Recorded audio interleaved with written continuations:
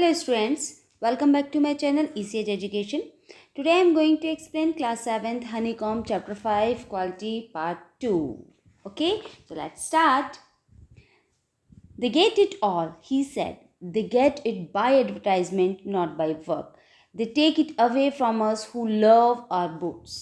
अब मिस्टर गैसलर जो थे वो राइटर को ये चीज़ बता रहे थे कि जो बड़ी बड़ी फर्म्स हैं उन्होंने किस तरीके से एडवर्टाइजमेंट करके ख़राब मटेरियल के बूट्स को सेल आउट करना स्टार्ट किया है, तो उनको कितनी प्रॉब्लम हो रही थी। इससे पहले वाला जो पार्ट था हमारा चैप्टर का पार्ट 1 वीडियो, उसमें भी ये सारी चीज़ें मैंने एक्सप्लेन करी हैं और अभी वही बात मैं कंटिन्यू कर रही हूँ। तो उसी में ये चीज़ बोल रहे हैं कि दे गेट इट ऑल, मतलब कि वो सारी चीज़ें लेके चले गए और एडवर्टाइजमेंट के थ्रू कोई काम वाम नहीं किया है। They take it away from us, और हमसे सारी चीज़ें चली गई। वो नॉर्मल सी बात है, जब दो दुकान रहेगी, एक बड़ी और एक छोटी रहेगी, एक में आप अपने हाथ से काम कर रहे हैं और एक में मशीन से काम कर रहे हैं, आपकी मटेरियल भी अच्छा नहीं है, बट लोग तो वही जाते हैं ना जो उनको सुंदर दिखता है, वही चीज़ वो ख़रीदना भी चाहते हैं। ये प्रॉब्लम वो फेस कर रहे थे। It comes to this presently, I have no work. इस वजह से अब क्या हो रहा है कि मेरे पास काम भी नहीं। वो अपनी प्रॉब्लम शेयर कर रहे हैं कि अब काम बहुत कम हो गया। Every year it gets less, मतलब हर साल कुछ ना कुछ काम मेरा कम होता ही चला जा रहा है। You will see and looking at this line face I saw things I had never notice before, bitter things and bitter struggle and what a lot of grey hair there seem suddenly in his red beard. जब मैंने mister गैसलर से ये सब बातें सुनी तो मुझे महसूस हुआ कि मिस्टर गैसलर जो हैं वो कितने पेन में हैं, उनका कितना दुख है जो वो मेरे साथ शेयर कर रहे हैं। और इस दुख को मैंने किस तरीके से नोटिस किया, जब मैंने उनका फेस देखा तो उस फेस पे मुझे ये समझ में आया कि उनको काफ़ी रिंकल्स आ चुके हैं। उनकी जो बियर्ड है वो ग्रे हो रही है धीरे धीरे, रेड बियर्ड उनकी धीरे धीरे ग्रे कन्वर्ट हो रही है। तो मतलब उनको समझ में आ रहा था कि मिस्टर गैसलर एक तो उम्र का पड़ाव तो है ही उनके साथ में, उसके साथ साथ उनके जो काम में कमी आ रही है, उनको काम नहीं मिल रहा है, उसका पेन भी वो शो कर रहे हैं। As a best I could explain the circumstances of those ill-owned food, but his face and voice made so deep an impression that during the next few minutes I ordered many pears. They lasted longer than ever, and I was not able to go to him for nearly 2 years. अब जब मैंने उनका इतना दुख सुना, जिस तरीके से उन्होंने मुझे पूरे बूट के बारे में एक्सप्लेन किया था, तो उनका फेस देखा और उनका जो वॉइस का एक्सप्रेशंस थे, जो उनका दुख था, वो दुख देखते हुए मुझे इतनी दया आ गई कि मैंने बिना सोचे समझे फटाफट बहुत सारे पेयर को ऑर्डर कर दिया। और वो पेयर इतने ज़्यादा चले कि उनके इतने ज़्यादा चलने के कारण मैं लगभग 2 साल तक तो उनकी शॉप पर नहीं जा पाया। ठीक है, वो बेचारे इतना अच्छा बनाते थे, है ना। It was many months before my next visit to his shop. This time it appeared to be his elder brother handling a piece of leather. अब कुछ महीने बाद, मतलब 2 साल बाद कुछ महीने बीते, उसके बाद मैं ना उनकी शॉप पे विज़िट करने गया, मतलब शॉप पर गया, वही शूज़ के लिए गए हैं। तो फिर क्या होता है, उन्हें वहाँ पर मिस्टर गैसलर नहीं दिखते हैं, उनके एल्डर ब्रदर दिखते हैं और उनके हाथ में लेदर का पीस रहता है। Well mister Gessler, I said, how are you? He came close and peered at me. I pretty well. I pretty well. मतलब bridley it means pretty well. He said slowly, but my elder brother is dead. अब वो बोलते हैं mister गैसलर, how you, आप कैसे हैं। अब वो थोड़ा सा कंफ्यूज हो जाते हैं। उनके एल्डर ब्रदर वो थोड़ा सा पास आते हैं। पियोर्ड इट मीन्स क्लोजली, बहुत करीब से उनके पास आते हैं और बोलते हैं कि मैं तो बहुत अच्छा हूँ, और धीरे से बोलते हैं कि मेरे एल्डर ब्रदर की तो डेथ हो गई है। And I saw that it was indeed himself, but how aged and wan, and never before had I heard him mention his brother. Much shocked, I murmured, "Oh, I'm sorry." अब वो देखते हैं ये सारी चीज़ें, उनके एल्डर ब्रदर से बात करते हैं और वो ये चीज़ भी देखते हैं कि हाँ उनकी एज हो गई थी, बट इनके ये भाई की भी एज हो गई, ये भी काफ़ी वीक से उस समय उनके जो मिस्टर गैसलर जो थे, जब उन्होंने शूज़ अपना बूट बनवाया था तो वो काफ़ी वीक तो थे। एक्चुअली वो बूढ़े भी थे, कमज़ोर भी थे। उनको समझ में आ रहा था कि हाँ वो मतलब ख़त्म हो गए, इट्स ओके, हो गए होंगे, इस टाइप का उन्होंने सोचा। लेकिन उनको शॉक भी लगा कि अरे इतने अच्छा बंदा चला गया, वो इतने अच्छे शूज़ बनाते थे। चलो कोई बात नहीं, धीरे से बोलते हैं, बहुत ही लो वॉइस में बोलते हैं, सॉरी, मतलब उन्हें सुन के दुख लगा। Yes, he answered, he was a good man, he made a good boot, but he is dead. And he touched the top of his head where the hair had suddenly gone as thin as it had been on that of his poor brother, to indicate, I suppose, the cause of his death. Do you want any boot? And he held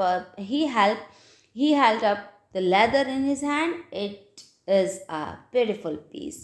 अब क्या होता है, उनके जो Elder brothers थे उन्होंने answer दिया, हाँ वो बहुत अच्छे आदमी थे, वो बहुत अच्छे बंदे थे, वो बहुत अच्छा बूट बनाते थे, लेकिन अब वो मर गए हैं, मतलब उनकी डेथ हो गई है। और फिर वो अपने सर पर हाथ रखते हैं, और एक्चुअली उनके सर पर इतने बाल नहीं थे, वो थोड़े गंजे थे, और ऐसा राइटर को फील हो रहा था कि वो अपने पुअर ब्रदर के बारे में कुछ बताना चाह रहे हैं कि वो किस तरीके से उनकी डेथ हुई, मतलब उनकी डेथ का एक्चुअली कारण क्या था। बट वो सब चीज़ें फिर उन्होंने छोड़ के सीधे पॉइंट पे आ गए कि अरे आपको कोई बूट चाहिए, बताइए। और इतने में वो अपना लेदर जो पकड़े हुए थे उसको दिखाते हैं, और लेदर देख कर राइटर बोलता है बहुत अच्छा पीस है ये, है ना। अब वो एक्चुअली शॉक तो हो ही जाता है, तो फिर वो बात को वो भी थोड़ा सा टैकल करता है। I order several pair. It was very long before they came, but they were better than ever. One simply could not wear them out. And soon after that I went abroad.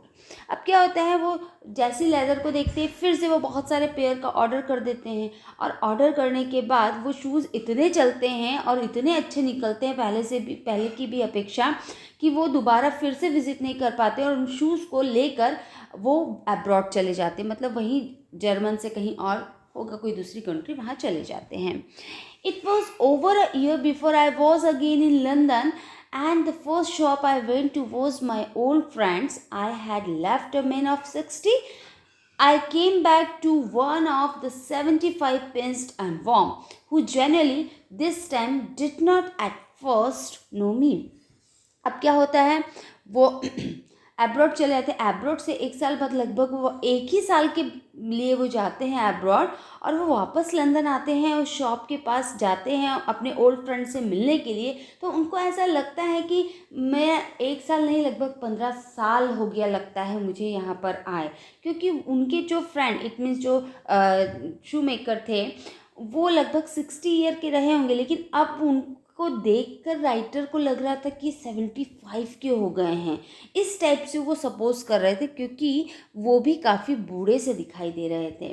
Do you want any boot, he sad, I can make them quickly, it is a slack time. Slack time it means before time, मतलब जैसे वो देखते हैं writer को तो वो कुछ नहीं पूछते, सीधा एकदम हड़बड़ा के बोलते हैं आपको बूट चाहिए क्या, मैं बूट बहुत जल्दी बना दूंगा, बड़े कम समय में बना दूंगा, 15 दिन से पहले दे दूंगा। स्लैक टाइम इट मीन्स जो 15 दिन का टाइम पीरियड लिया करते थे पहले वो शूज़ बनाने का, अब वो बोल रहे कि मैं तो उससे पहले बना दूंगा, 10 ही दिन में बना दूंगा, लाइक दिस, इस तरीके से।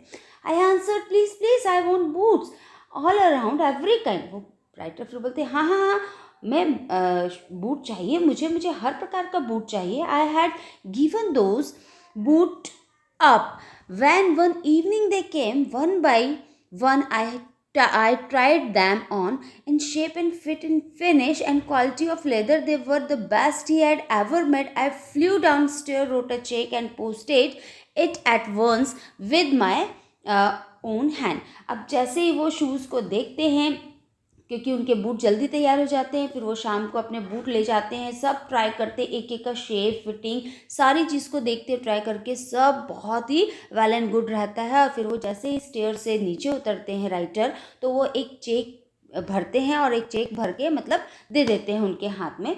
अ week later passing the little street, I thought I would go in and tell them how splendidly the new boot fitted, but when I came to where his shop had been, his name was gone. अब एक हफ्ते बाद जैसे ही मैं उस street से पास होता हूँ, और पास होने के बाद वहाँ पर मैं देखता हूँ कि अरे चलो मैं बता देता हूँ कि आपके शूज़ कितने अच्छे बने हुए थे, ये सब चीज़ें उनको एक्सप्लेन करूँगा। इतना सुंदर बूट की फिटिंग आई है। वह जैसे ही शॉप के पास पहुँचते हैं तो देखते हैं कि अरे उस शॉप के ऊपर तो कोई नाम ही नहीं आया। Went in very much disturb in the shop, there was a young man with an English face. और देखता हूँ जैसे ही उस शॉप में जाता हूँ तो मुझे वहाँ पर एक यंग मैन दिखाई देता है, इंग्लिश फेस वाला। मतलब वो मिस्टर गैसलर के भाई तो थे ही नहीं। Mister Gessler in I said no sir, he said no, but we can attend to anything with pleasure, we have taken the shop over. अब वो बोलते हैं नहीं मिस्टर गैसलर नहीं, लेकिन मैं आपकी जो भी मेरे शॉप में चीज़ें हैं मैं आपको बहुत अच्छे से चीज़ें दिखा सकता हूँ, ये सारी चीज़ उसको बोलते हैं। Yes yes I said but mister Kessler, oh he answered that but I only receive these boots from him last Wednesday week. तो फिर वो बोलते हैं कि नहीं नहीं मैं मिस्टर गैसलर के बारे में पूछ रहा हूँ, वो कहाँ है, मुझे उनसे मिलना है। इस तरीके से राइटर उनको बोलते हैं, जो इंग्लिश मैन रहता है। इंग्लिश मैन बोलता है अच्छा अच्छा मिस्टर गैसलर, ओ वो तो डैड मतलब ख़त्म हो गए हैं। कैसे मरे, क्या हो गया, कैसे डेथ हो गई उनकी? क्योंकि मैं तो अगले ही हफ्ते वेडनेसडे के जो लास्ट वेडनेसडे वाला वीक था, मैंने तभी उनसे इतने सारे शूज़ देखो मैंने पहना है, इसको ख़रीदा है, ऐसे वो बोलते हैं। ही sad poor old man starved himself. Slow starvation, the doctor called it. You see, he went to work in such a way. Would keep the shop on, would not have a soul touch in his boot except himself. अब वो बोलते हैं हाँ वो ख़त्म हो गए हैं। वो जो बुज़ुर्ग जो थे, पुअर ओल्ड मैन था, वो भूख से ख़त्म हुए हैं। ये कौन बताया? डॉक्टर ने बताया कि धीरे धीरे भूख से वो अपने आप को ख़त्म कर लिए। कहते हैं ना कि जब खाने खाने का होश नहीं रहता है, खाना नहीं खाएंगे आप, तो धीरे धीरे आपकी बॉडी में न्यूट्रिशन की कमी हो जाएगी और इस कारण से वो उनकी डेथ हो गई है। फिर उन्होंने बोला कि वो बूट तो बहुत अच्छा बनाया करते थे। When he got an order he it took him such time people won't wait. वो फिर वो जो इंग्लिश मैंने वो बताता उनको कि उनको तो ऑर्डर जब मिलता था ना तो वो बिल्कुल उस ऑर्डर में घुस जाते थे। इट मीन्स दिन रात बिना खाए पिए वो जूता ही बनाने का काम करते रहते थे, क्योंकि आजकल के लोग ना इंतज़ार नहीं करते हैं। ही लॉस्ट एवरीबडी, और इसी कारण से उनके बहुत सारे जो कस्टमर थे वो लॉस्ट हो गए, मतलब इधर उधर जाने लगे, क्योंकि ये 15 दिन 10 दिन लगाएंगे और उससे अच्छा हम कहीं और से ले लेंगे, तो उनके पास फिर काम भी तो नहीं बचा ना। And there he would see it going on and on. I will say that for him, not a man in London made a better boot, but look at the competition. He never advertised, would have the best leather too, and do it all himself. Well, there it is. What could you accept with his ideas? अब वो बोलते हैं कि भाई वो बनाते तो shoes बहुत अच्छा थे, लंदन में उनसे अच्छा शूज़ तो कोई और बना ही नहीं सकता है और उनका कंपटीशन भी कोई नहीं कर सकता था। लेकिन उनकी एक गलत आदत थी, जो आइडियाज़ उनके थे वो उसी पे चल रहे थे। मतलब किसी वर्कर को या हेल्पर को नहीं रखना है, खुद ही शूज़ बनाएंगे, खुद ही कटिंग करेंगे, खुद ही स्टिचिंग करेंगे, कोई एडवर्टाइजमेंट भी नहीं करना है। तो इन सब आइडियाज़ की वजह से ना उनके पास काम कम हो गया, पैसों की भी कमी हो गई, बहुत सारी प्रॉब्लम्स उन्होंने फेस करी। बट स्टार्वेशन, लेकिन भूख से मरे वो, that may be a bit flowery as the saying is, but I know myself he was sitting over his boards day and night to the very last use I used watch him. अब वो बोलता है writer कि वो भूख से ख़त्म हुए हैं, मुझे आश्चर्य लगता है, लेकिन इसमें क्या ये थोड़ा बड़ा चढ़ा के बोला गया है। उनका ये कहने का मतलब था कि वो दिन रात बूट के ऊपर काम करते थे और काम करने के चक्कर में वो खाना खाना ही भूल जाते थे। बिना खाए पिए वो लगे रहते थे। Never gave himself time to eat, never had a penny in the house. और वो बिल्कुल अपने आप को खाने का समय देते ही नहीं थे, और हालांकि उनके पास पैसा भी नहीं बचता था और था भी नहीं, काम भी कम था। All went in rent and leather, और जितना भी पैसा थोड़ा बहुत बूट से आता था वो लेदर को खरीदने में और इस जो दुकान का रेंट है उसको देने में चला जाता था। How he lived so long I don't know, पता नहीं इतने साल तक वो कैसे जी लिए। He regularly let his fire go out, he was a character but he made good boots. Yes I said he made good boots. अब उनका कहने का मतलब ये इंग्लिश मैन का कि वो मतलब शूज़ को जितनी खरीदी थी उस खरीदी में थोड़ा बहुत ही एक्स्ट्रा लिया करते थे, ज़्यादा पैसा नहीं लेते थे। इस वजह से उनके पास ना पैसों की कमी हो गई। यदि वो थोड़ा सा मतलब अमाउंट को ज़्यादा लिए रहते, जैसे कि 100 रुपीज़ लग रहा है या 200 रुपीज़ उनका परचेजिंग लग रहा है, तो वो उससे डबल ले ले तो उनको क्या होगा, कुछ एक्स्ट्रा इनकम भी होगी, बट वो एक्स्ट्रा इनकम करते नहीं थे ना, इस कारण से पैसे की कमी भी हो गई। और ज़्यादा ईमानदारी से आजकल जियोगे तो गड़बड़ होगा ही होगा। इस वजह से उनके साथ ये स्टारवेशन वाली घटना जुड़ गई, क्योंकि उन्होंने काम को बहुत ज़्यादा तवज्जो दिया, खाने पीने का होश भी नहीं रहा और इतना खाने पीने के लिए उनके पास पैसा भी नहीं रहा। तो ये था मिस्टर गैसलर की स्टोरी। ये मिस्टर गैसलर जो अपने काम के प्रति बहुत डिवोटी थे और डिवोटी होने के कारण इनको कुछ फेस भी करना पड़ा, स्टारवेशन जो इतनी बड़ी चीज़ है उसका सामना भी करना पड़ा और दोनों भाई की डेथ हो गई। ये चैप्टर पढ़ने के बाद ऐसा लगता है कि हल्का फुल्का थोड़ा चीट हो जाना चाहिए है ना। देखते हैं आप लोग इस चैप्टर से क्या सीखे हो, ये आप पे डिपेंड करता है। लेकिन ईमानदारी सबसे अच्छी चीज़ है, बट आप अपनी लाइफहुड को कैसे चलाओगे उसको भी आपको देखना चाहिए। तो स्टूडेंट्स, इसके साथ ही मेरा ये चैप्टर का एक्सप्लेनेशन पार्ट ओवर होता है। मुझे उम्मीद है आप लोग को ये एक्सप्लेनेशन का वीडियो पसंद आया होगा। मेरा वीडियो देखने के लिए thank you so much. Take care, bye bye.